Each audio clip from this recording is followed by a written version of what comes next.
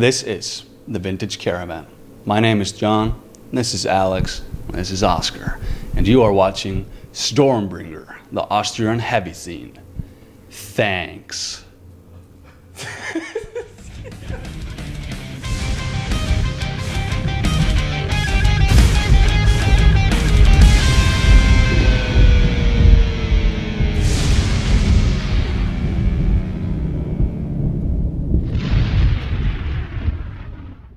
You are in Vienna for the second time, I guess. You had a day off yesterday. What did you do? Some tourist crap?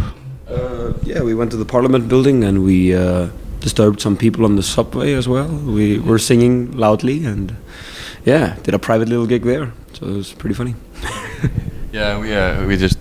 we weren't gonna party, but we ended up partying really hard. So and partying in Vienna is really nice, or like hanging out in Vienna in general, like. Yeah. On the subway, especially. On the subway, oh yeah. Yeah, we know some people in Vienna, and they like showed us around. Yeah, and then we like booked a restaurant and had a good time. Yeah. That's the best thing you can do in Vienna, to know people that show you around. I saw the tour, the venues of the tour got upgraded. Yeah. Most of them. That means you moved to bigger halls because the request for the tickets was that high. Is that, yeah? Is it something you thought about in the first place, that it will end this way? Well, I mean, no, it's just awesome that it's happening. Like, and I'm really happy that that people really want to come to the shows. And like almost every, if not every venue that's not a festival has been upgraded. You know, it's fantastic.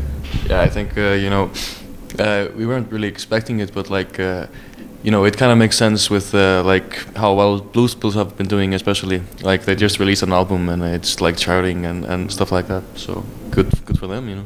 Good for us too, you know. Yeah, of course. I saw the picture of Nuremberg yesterday. It was a really big audience, wasn't it? Yeah, it was like 1,000 people, 990 or something like that. I mean, that's the biggest this kind of show we've done, you know, with these kind of like, with this kind of tour thing, without festivals and stuff. But I mean, it's kind of surreal. It's just like an ocean of people. Talking about surreal, you have been here the first time with Zodiac, Audrey Horn, and Graham Magus, and you were pretty much unknown to the people at this point in time. So in the meantime, it was like half a year.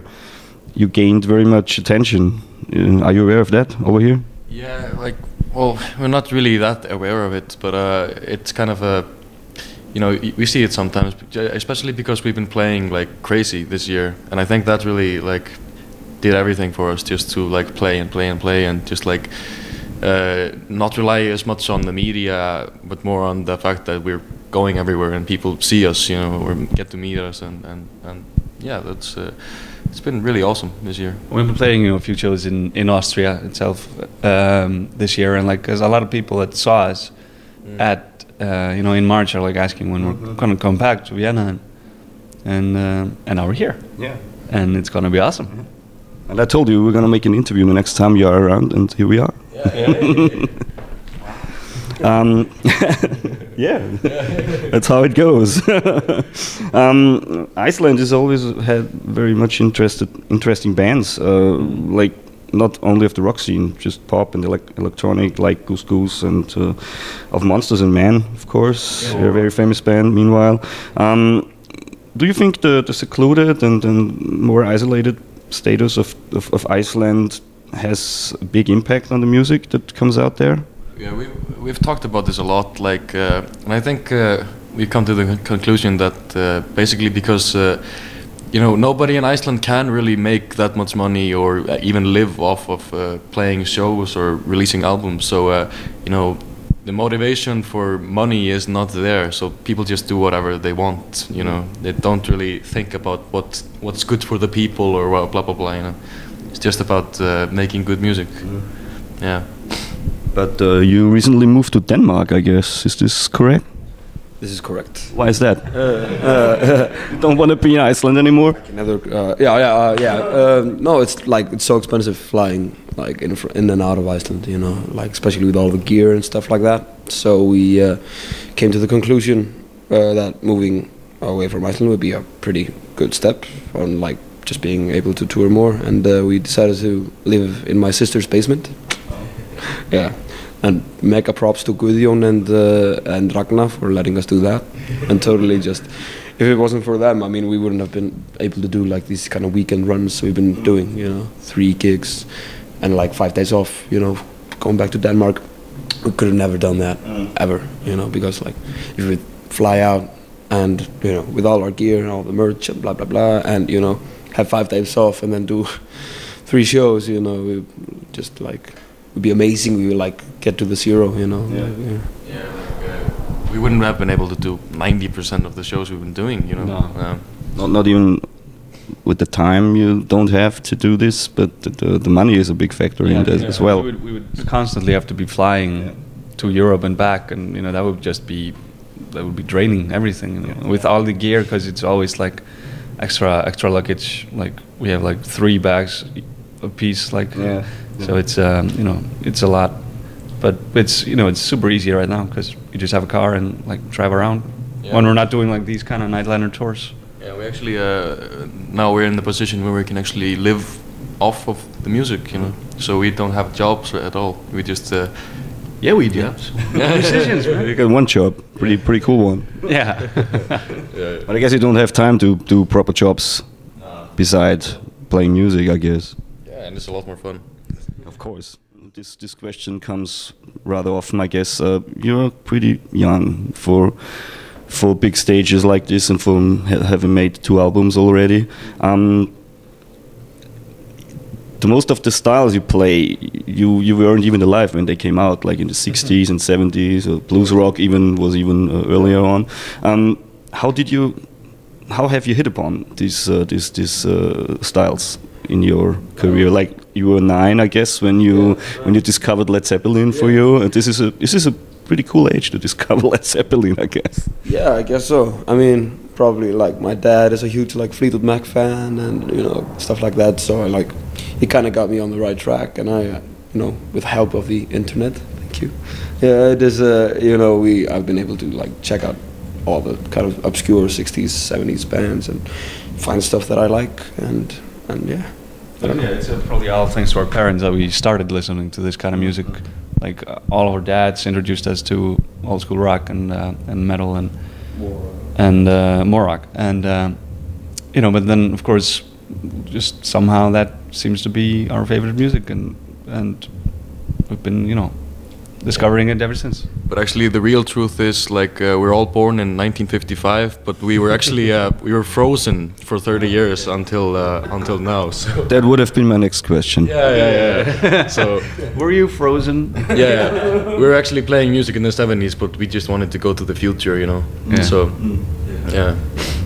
But it's kind of funny. I guess, like, do you think people that play classical music ever get these questions? You weren't alive when Mozart was around, do you? Why do you play the violin? Maybe we poke these questions on like What's a violin? Apocalyptica or something like that. We poke the question on them. Yeah. You played the cello and weren't even alive when it was invented, or something like that. Yeah. It's been done before, man. You founded the band when you were 12. Like what is around here? It's a normal age to found a band. But the big difference is, to the bands around here, you had success the years following. So wasn't this a big step for you out of your childhood into the rock business? Oh yeah, I mean, we did in like, me and Óskar just started playing together like when we were 12, along with our then bass player, and we did like a few gigs like every now and then, but like ever since 2009 we've been like in the business, you know, just like really gigging and like making records and stuff. But it's been like, you know, the experience we've had is just fantastic in these like 8 years of playing together, and I don't think a lot of bands have that much experience behind them to be, you know, for this kind of stuff. No, I don't think so. So young and still playing together. So it's a big benefit for you to have started out early. Yeah. Definitely say so. And do you consider yourself a kind of music gypsies? Because you always mention in the interviews that you like to be on the tour buses and like to be away from home and on the road and smell funny and look funny or something like that. Do you still enjoy this lifestyle? Yeah, I really do. Yeah, I kind of like, this is really correct for me at least. Yeah, just I think we all have a really good time on tour, you know. Even though of course you miss your families and stuff like that, but you know, when it gets down to it, we've had 20 years with those people. We can. Yeah, actually, especially on this tour, we've been having so much fun. Like, especially like with the guys from the Arcanes and Blues Pills, all really nice people. Yeah, we really get along. Yeah. So we've been just. It's a really relaxed tour package, I guess. Yeah, but also really fucking intense. You know, like really, everybody's having so much fun. It's actually unbelievable. You should join the tour. We would immediately if we could. But I don't want the impression to come across that rock and roll is just drinking and partying, and this is pretty hard work to be on the road. You see like how we are right now. I mean, we look fine and just took a shower. And you don't smell funny at all. Funny, like give me an hour, and yeah. But I mean, of course, you know, it's you're on the road, and you know, there's lots of alcohol and stuff. So of course you're gonna have a few drinks. But if you just what's it called? If you keep your mentality right, and then you know have to find your way through the temptations of the tour life. Yeah. But also, it's not only like partying and alcohol. It's also like you also have like drugs and sex and hookers and.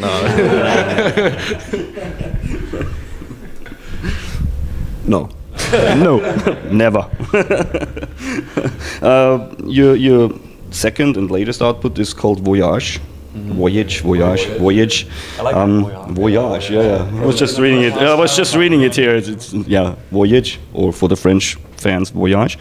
And you can see a circus wagon on the cover with which is drawn by two polar bears through which appears like space, something like that. So okay, I thought so. So what's the message behind that? You just have polar bears in Iceland to draw the wagons. Like there are no polar bears in Iceland at all. So should be polar bears though. Should be polar bears there. You tell me. Yeah. But I mean, it's a good question. We just thought it looked pretty cool. You know, there's like. I've always interpreted like the voyage. You know, actually having the caravan being dragged by polar bears through space is kind of like it's sounds like a good voyage. Yeah. And it's worth a question, definitely. Yeah, for sure. Yeah, like the first what we thought we wanted to the album is called Voyage because we wanted to take people on to another place. When you listen to the album, you want to listen to it and you trying to kind of drift off. So kind of take a small trip with us. Yeah. 50 minutes. Yeah. Okay. Yeah. And it's maybe it's the gypsy wagon which is pulled there. It's your tour bus actually. Possibly, yeah. It's a bit more pirates or Vikings maybe. The next cover will show a Viking ship drawn by polar bears. Yeah. Drawn by us. Really like baby oiled and stuff. You know. It's called plundering. Plundering for Odin. You said at some point in your career you will start wearing sunglasses and speaking strange English accents. You said that once. You started with that yet? Yeah, no, I haven't really. We just let our kids do the English accent. But they are Irish, I guess. No, they're from Liverpool. Liverpool. Okay, so that's not very Irish. Okay. Yeah, we're working on the sunglasses. Just really hard to get Nuclear Blast to buy us funds for all kind of Ray-Ban sunglasses and stuff like that. You know, we've been riding them hard. You know. Yeah, we really have to have gold sunglasses with diamonds and engraved with Well, Teresa must have blessed it. Yeah. And then you have to have like other sunglasses made of the bones of children and just Okay. No, we won't go that far now. Maybe next time we talk together. Maybe just a step higher in the career. yeah. But this sounds pretty much like some hip hop crap you're talking here. yeah. Then we're gonna get grills and it's gonna be fucking awesome. So what's the next plans? Are you writing on the next album, on the third album yet? Yeah. It's we're going in studio in early January, to record that, and hopefully we will have it out in May, maybe early June. And we're renting a small like country ball house-ish guest house in like an isolated fjord in Iceland. Gonna stay there for like 2.5 weeks, and they have a pool, which is awesome. Which is always frozen, but there's a pool at least. Yeah, that means we can go like ice skating and stuff. But no, it's and that's and we have like all the material pretty much wrapped up, and so it's gonna be super fun. Yeah. Cool thing. Pretty much work ahead. Yeah, it's like a hip hop album, It's Yeah, like wrapped up. Yeah. Next time I come around with 3 microphones. It's more easier. Yeah. This move. Oh yeah, should I answer a question? Like Plans for the future. yeah, plans for the future. Except for the sunglasses, I guess. Yeah, do the album. Yeah, English accent, and we're just gonna do that album. It's gonna be a good one, and after that we have a few months off, and we're just gonna be like, I don't know, probably just getting ready for the album, promo stuff and stuff like that, and then hit the road again in May. Cool. So we will have you here in about a year, the next time for the next tour. But we're just enjoying this one, and we're happy to have you here. Yeah. And we're watching out for the concert tonight. So thank you, and see you around for sure. Thanks.